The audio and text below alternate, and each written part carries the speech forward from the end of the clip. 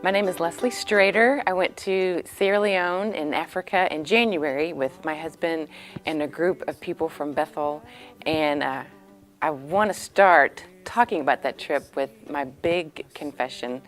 And that is that when I was a little girl, I used to pray that I would not have to be a missionary.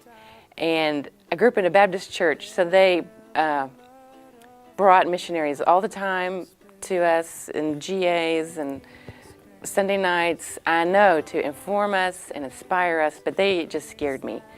They had weird clothes and they ate weird food and they had to understand weird languages, and I was just like, no thanks, please, I don't ever want to have to do that.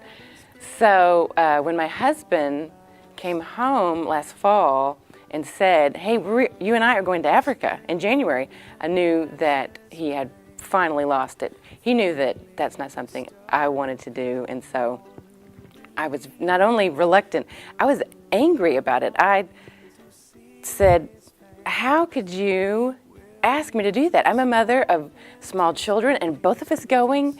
That seems insane and irresponsible. So my immediate answer and reaction was, no way. I mean, you can go, but I'll just pray for you. I'll be glad to do that.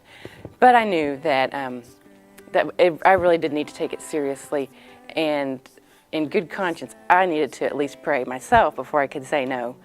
So I began to do that, and I didn't really know what to pray, but really what was on my heart over and over was just the word peace. I knew that I needed to ask the Lord for peace. Over and over, that word kept coming up, and so that's what I did. Anytime I tried to pray about anything beyond that, I would just go into getting angry and frustrated, so I just said, Lord, if you want me to go, I need peace about it. It seemed impossible in all ways, so I knew to be able to get on that plane, I needed to have peace that passes understanding. In November, Thanksgiving weekend, we were in Abilene and we watched the movie Blood Diamond about a terrible civil war that happened there in the early 90s. And as I was watching this very intense movie, going through my mind, why am I watching this? But at the end of the movie, you know how they kind of wrap it up for you sometimes, tell you the rest of the story with words on the screen. And the very last sentence on the screen for that movie was, Sierra Leone is at peace.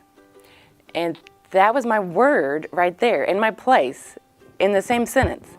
And I knew that that was for me at that very moment, that was God speaking to me. There's peace there. That's where you need to go. So I went from being like this to saying, okay, you can have me, Lord, if you want me, you can have me.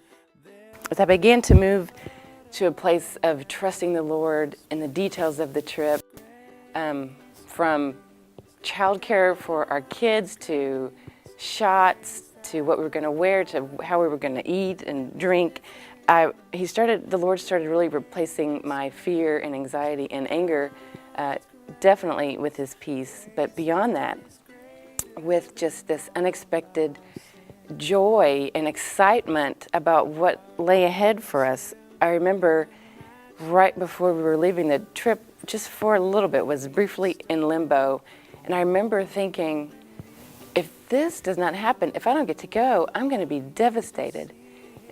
And I was shocked by that thought, and that really blessed me, and it humbled me, because I knew that's not where I started. The plane trip was long.